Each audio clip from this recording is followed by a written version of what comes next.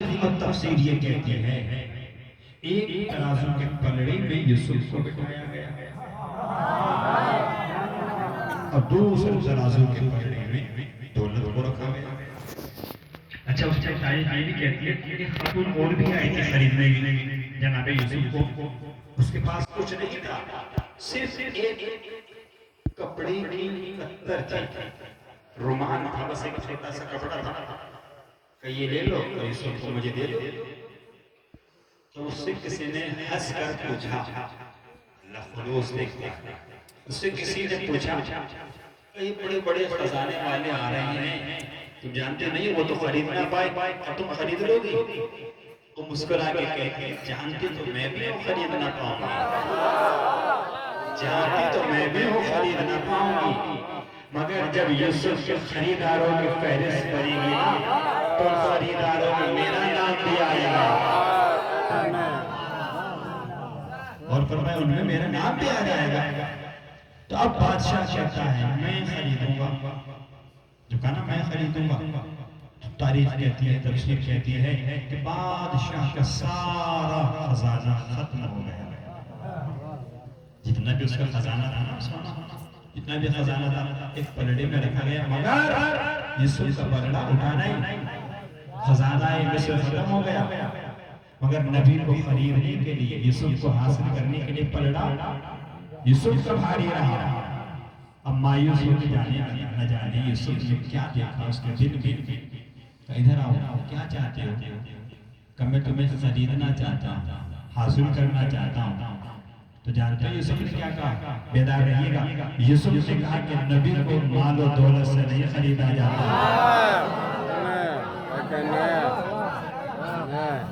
نبی کو مال و دولت سے نہیں خریدا جا سکتا ہے۔ پھر کیا کرنا ہے؟ تو ابھی بادشاہ کافر ہے، ابھی ایمان تو نہیں لایا، بادشاہ کون ہے؟ ابھی کافر ہے، مومن نہیں ہے بادشاہ۔ اب یوسف اس کافر سے کہتے ہیں خریدنا چاہتے ہو، حاصل کرنا چاہتے ہو؟ ہاں، کافر ہمیں نبی کو مال و دولت نہیں خرید سکتی، مال سے نبی حاصل نہیں ہوتا، پھر مجھے کرنا کیا ہوگا؟ بادشاہ کافر ہے، عربی سے کہہ رہا ہے، پھر مجھے کرنا کیا ہوگا، کیا عمل کرنا ہوگا؟ تو نبی نے کہا، یوسف نے کہا اگر مجھے خریدنا چاہتے ہو، حاصل کرنا چاہتے ہو، جاؤ ایک سادہ کاغذ لے کر آؤ،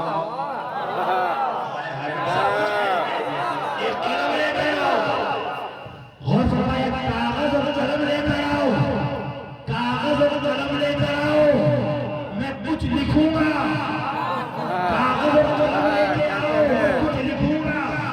اب بادشاہ نے یہ نہ پوچھا کہ کیا لکھے گا، دوڑ کر گیا کاغذ اور قلم لے آیا۔ تو غور فرمایا آپ نے ایک نبی نے کافر سے کاغذ اور قلم مانگا، وہ لے آیا،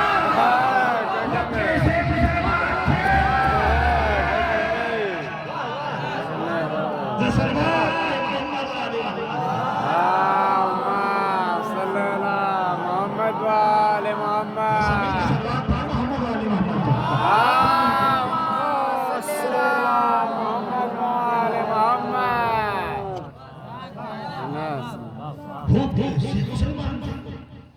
جن سے فقر یوسف مانگتا رہا مگر دیا تو نہیں، کہ نہیں کیوں؟ اور ہم نہیں دیں گے، کیونکہ اگر آج نہیں دیا تو ہمارا پاٹ کھل جائے گا۔ ہم جو کہتے ہیں نا کہ نبی پڑھا لکھا نہیں ہے، یہ دیا انہوں نے غدیر کا مسئلہ لکھ دیا،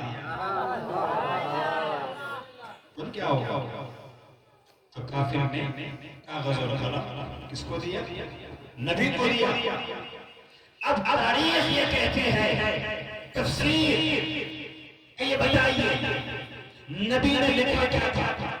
نبی نے کہا دوسرے پلڑے سے سارا خزانہ ہٹاؤ، یہ کہاں تم نے تماشا بنا دیا ہے، کوئی کپڑا لا رہا ہے، کوئی خزانہ لا رہا ہے، ہٹاؤ، سب چیزیں ہٹاؤ، پلڑے سے سارا خزانہ خالی کر دو، پورا پلڑا۔ اور جب دنیا دیکھ رہی ہے، پورا بازار دیکھ رہا ہے، ترازو لگا ہوا ہے سارے بازار، کہ یہ ہو کیا رہا ہے، سارا خزانہ ہٹوا دیا، اور ایک کاغذ سادہ، کاغذ میں کتنا وزن ہوتا ہے، ایک کاغذ کا ٹکڑا، ایک آیت لکھی دینا اس پر اتنے سی، تو اس میں وزن کتنا ہوگا؟ شاید ایک گرام بھی نہ ہو، اتنے ٹکڑے میں، کاغذ کے سادے ٹکڑے میں، اور اتنا چوڑا اتنا ہو، اس میں کتنا وزن ہوگا؟ آپ کبھی پیٹ کر کے دیکھ لینا، شاید ترازو پیٹ بنا بھی نہ پائے. اور کیا، اور پلڑے میں رکھا جاتا ہے، پلڑا کتنا بڑا ہوگا جس میں یسوع کو بٹھایا گیا، تو وہ ترازو کا پلڑا کتنا بڑا ہوگا؟ کم سے کم اتنا بڑا تو ہوگا ہی کہ اس میں کم سے کم 100 کلو وزن تولا جاتا ہوگا. اور کہتے ہیں کہ بادشاہ کا خزانہ ختم ہو گیا، سارا پلڑے میں آ گیا، پھر بھی یسوع کا پلڑا بھاری تھا. کہ ہٹاؤ سارا خزانہ. پھر اب یوسف نے قلم اٹھایا اور اپنا قلم کرتاس کے سینے پر رکھا، کاغذ کے سینے پر اپنا قلم رکھا اور اپنے ہاتھ سے لکھا قرآن کی ایک آیت، بسم اللہ قرآن کی ایک آیت لکھی، بسم اللہ الرحمن الرحیم. کیا لکھا ہے نوجوانوں؟ کیا لکھا کاغذ پر؟ نبی نے قرآن کی ایک آیت لکھی، بسم اللہ الرحمن الرحیم. کب کیا کرنا ہے کہ اس کو پڑھنے میں رکھو. جیسے ہی پڑھنے میں قرآن کی آیت کو رکھا گیا تو اب یوسف کا پلڑا اٹھ گیا. ارے غور نہیں کرنا کہ جملے کا آسان والا نہیں ہوا. قرآن کی آیت کو پڑھنے میں رکھا. اب بادشاہ نے یوسف کو حاصل کر لیا. جب میں نے علماء مفسرین سے پوچھا آخر قرآن کی آیت میں وجہ کیا تھی، اتنی وزنی کیسے ہو گئی، تو خود یوسف نے بھی فرمایا، امام نے بھی بتایا کہ سنو، مولا کائنات نے فرمایا انا نخبت الذی تحت الماء. جو پانی کے نیچے کے نقطہ ہے وہ ذات علی نے بھی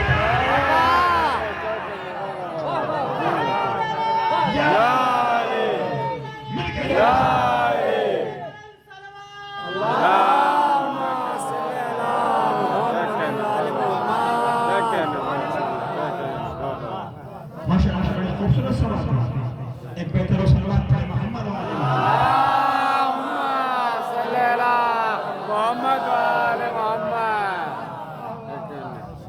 لگتا ہے کہ آج کے مجلس سے سلوات پوری نہیں ہو پائے گی. انشاءاللہ رات میں پڑھائیں گے. ایک واقعہ سن لیجیے انشاءاللہ. جب بار بسم اللہ کیا گیا، ایک آیت لکھی کس نے؟ جناب یوسف نے قرآن کی. اور جناب فاطمہ جب سائل دروازے پر آیا تو جناب فاطمہ کے در سے 5 روٹیاں گئی اور وہاں سے پورا سودہ دہر نازل ہو گیا.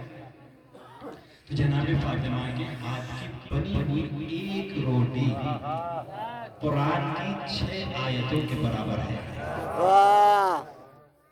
جناب فاطمہ کتنی وزنی ہوئی. غور فرمایا آپ نے. بسم اللہ ایک آیت لکھی فقط، ایک آیت. جناب عیسیٰ یا پیغمبر اسلام ماشاءاللہ بیدار سماتے ہیں. اور کیا شان صاحب ماشاءاللہ پیچھے بیٹھے ہوئے نگرانی کر رہے ہیں، اس لیے ان کو ہم آگے آنے کے لیے نہیں کہہ رہے. کبھی ہمارے ڈسٹرب ہو جائے تو دوڑ کے جا سکتے ہیں. اور پھر صاحب نے سلوات پڑھے محمد علیہ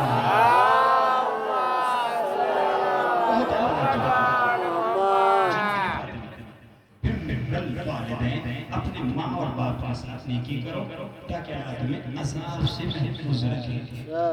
ایک اور دوسرا فارمولا بتاؤ. بسم اللہ کی ایک آیت سپرد کرتاس کی گئی.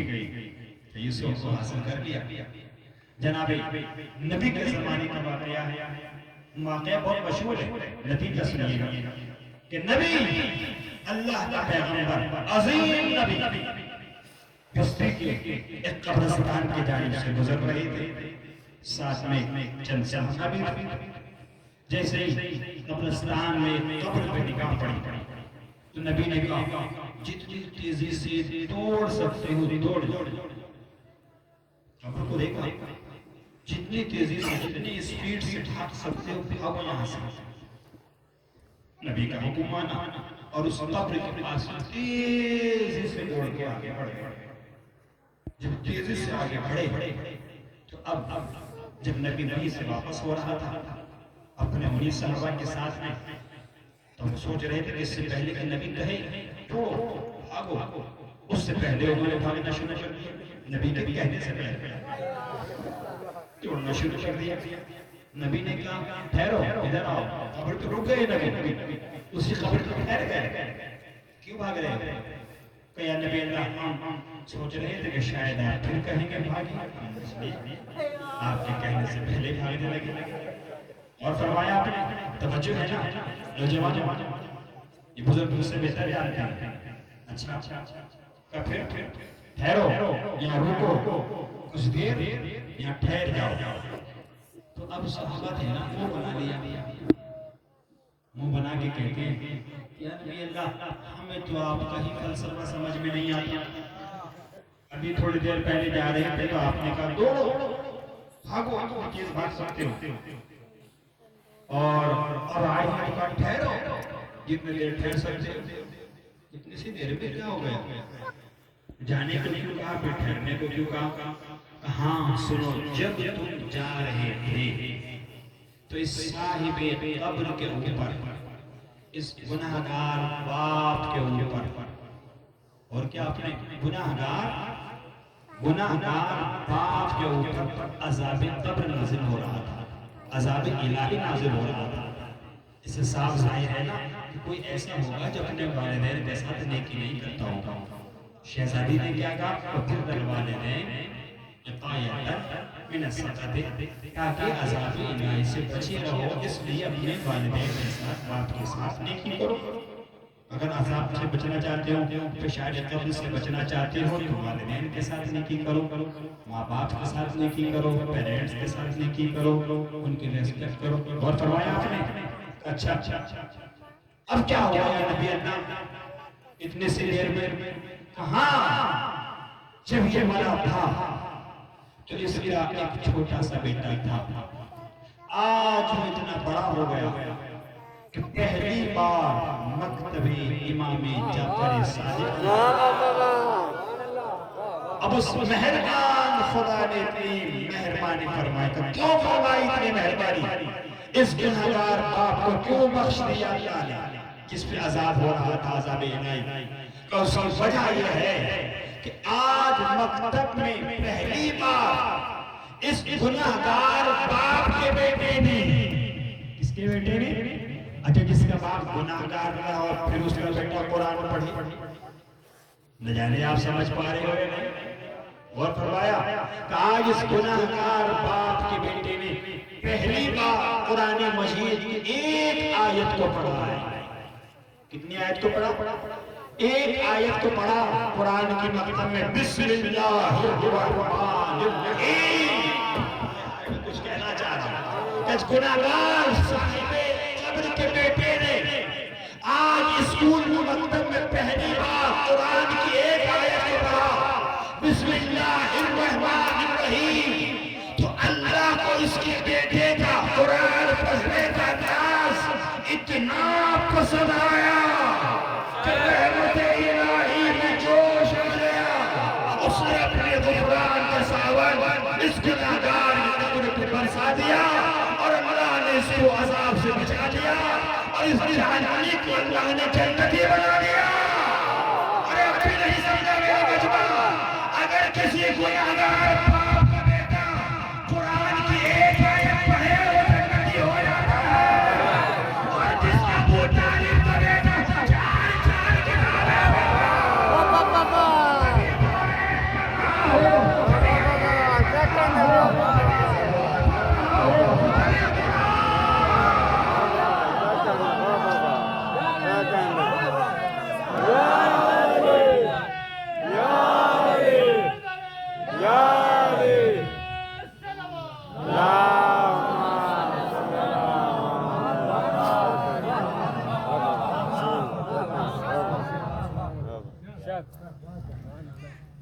گناہگار باپ کا بیٹا ایک آیت پڑھے بخشا جاتا ہے، اور ابو طالب کو گناہگار نہیں، ابو اماں ہے، پوچھتی ہے ہم سے دنیا کیا ابو طالب کا ہے؟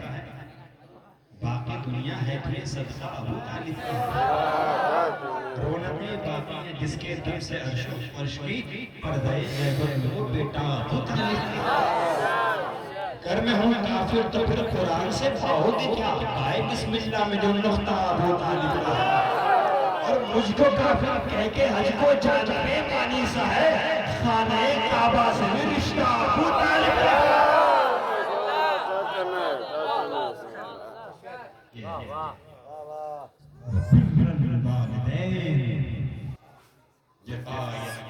من السخط اپنے والدین کا احترام کریے یہ شہزادی کا مقصد ہے اور عذاب الہی سے بچنے کا بہترین فارمولہ ہمیں جناب فاطمہ نے بتایا ہے کوئی نہیں بتائے گا آپ کو یہ فارمولہ یہ میڈیسن یہ دوا روحانی کوئی نہیں دے گا جناب فاطمہ نے وعدہ کیا آپ اپنے والدین کے ساتھ اچھا سلوک کریے اللہ تمہیں عذاب سے محفوظ رکھے گا پیشار قبر سے اللہ تمہیں بچائے گا جو اپنے ماں اور باپ کا خیال رکھتا ہے اللہ اکبر آپ نے جناب عباس کے حوالے سے سنا کہ تو ماں کہتی ہے عباس میرا بیٹا ام البنین اور جناب فاطمہ جب عباس کی ولادت کی تو ایک مرتبہ جناب مولا کائنات نے دیکھا کہ عباس کے قریب زینب جاتی اور نہ جانے کیا کہا عباس رونے لگے جب عباس سے گریا کہوائی میں بلد ہوئی نہیں جناب عباس سے شروع کر رہا ان بجانے سوچ مسائل کا سلسلہ چونکہ جناب عباس اس کردار کا نام ہے ایک ذاکر نے جناب عباس کے مکمل شہادت کو پڑھا رات کو جب سوتا ہے تو خواب میں شہزادی فاطمہ بنا کے کہتی ہے اے ذاکر تو میرے بیٹے کے مسائل نہیں پڑھتا میرے بیٹے کی شہادت کو نہیں پڑھتا نہیں شہزادی میں تو آپ کی بیٹی کا مکمل شہادت کو آج ہی پڑھا کہ تو اس روایت کو کیوں نہیں پڑھتا ہے کہ کربلا میں جتنے بھی شہید گھوڑے سے زمین پہ گرے مجلس تو ہو چکی حرام میں آنسو اس روایت کو کیوں نہیں پڑھتا کربلا میں جتنے بھی شہید گھوڑے سے گرے تو جب وہ زمین پہ گرتے تھے تو گرتے ہوئے اپنے ہاتھوں کو پہلے زمین پر رکھ لیتے تھے مگر جب میرا بیٹا عباس زمین کربلا پر گرا تو شان قلم ہو چکے تھے میرا غازی منہ کے پھل زمین کربلا پر گرا اللہ اکبر خدا کو کوئی غم نہ دے سوائے غم حسین جب عباس کے بارے میں روئے تو مولا کائنات نے پوچھا اے بیٹی فاطمہ آخر تم نے عباس سے کیا کہا جو میرا غازی رونے لگا کہ بابا میں نے کچھ نہیں کہا بس اماں کی وصیت بتائی ہے کہ بیٹی زہرا نے کیا وصیت کروائی تھی کہ بابا میری ماں زہرا نے کہا تھا زینب میرا بیٹا عباس آئے گا میں تو نہ رہوں گی عباس کے کان کے قریب جا کے کہنا عباس تمہیں زہرا سلام اللہ اکبر آج کی آواز بلانا دنیا فرما چکے خدا آپ کو کوئی غم نہ دے سوائے علی حسین کے آزاداروں عباس کو میرا سلام کہتے نا آزاداروں ایک زائر تھا جو بڑی منت و مرادوں کے بعد جب کربلا مولا پہنچتا ہے ایک مرتبہ ذریع حسین کو پکڑ کے کہتا ہے اے مولا حسین آج کو آج کے بچوں کا پرسا مولا آپ کو علی اکبر کا پرسا مولا آپ کو علی اصغر کا پرسا مولا آپ کو قاسم کا پرسا مولا آپ کو محمد کا پرسا یجلکم اللہ عزادار و نہ جانے کس کے پہلو میں بیٹھا ہوا میرا کائنات کا آخری امام پرسہ لے رہا ہوگا کہ مولا آپ کو محمد کا پرسہ آپ کو عباس کا پرسہ عزادار و جب سب کا پرسہ امام حسین کو پہنچا چکا تو آخر میں ایک مرتبہ چیخ مار کے کہتا ہے مولا میں سب کا پرسہ آپ کو پہنچا چکا ہوں مگر یہ بتائیے کہ آپ کا پرسہ کس کو دیا جائے اللہ اکبر کہ مولا میں جا رہا ہوں آپ کے بھائی عباس کی قبر کی طرف عزادار ایک مرتبہ قبر عباس پہ نظائر پہنچتا ہے تو ہے خادم کھڑا ہوا تھا چھوٹی سی قبر ہے خادم سے زائر کہتا ہے اے خادم مجھے قبر عباس کا پتہ بتا دے کہ بھائی یہی جو قبر عباس ہے کہ بھائی میں عباس کی قبر پوچھ رہا ہوں اور یہی جو قبر عباس ہے کہ شاید تو مجھے نہ بتائے گا میں تیری شکایت کرنے حسین کے بارگاہ میں جا رہا ہوں قبر حسین کے دوبارہ آگے کہتا ہے مولا کہ اپنے شہر میں بلا کر بھائی کی قبر پر نہ دکھائیے گا عزادار روتے روتے آنکھ لگ گئی خواب میں کیا دیکھا کہ حسین آئے ہیں سامنے کھڑے ہوئے ہیں کہا بھائی میرے پیچھے پیچھے آ جا کہ میں قبر عباس کی طرف جا رہا ہوں حسین نے وہی اسی قبر پہ آ کر کھڑے ہو گئے کہ بھائی یہی تو قبر عباس ہے کہ مولا یہی قبر تو خادم بھی بتا رہا تھا کبھی یقین کیوں نہیں آتا کہ مولا عباس کا قد بڑا دراز تھا یہ قبر بڑی چھوٹی سی قبر ہے کہ یہی تو عباس کی قبر ہے عباس کے لاش کے ٹکڑے ٹکڑے کر دیے گئے واہ حسین واہ مظلوم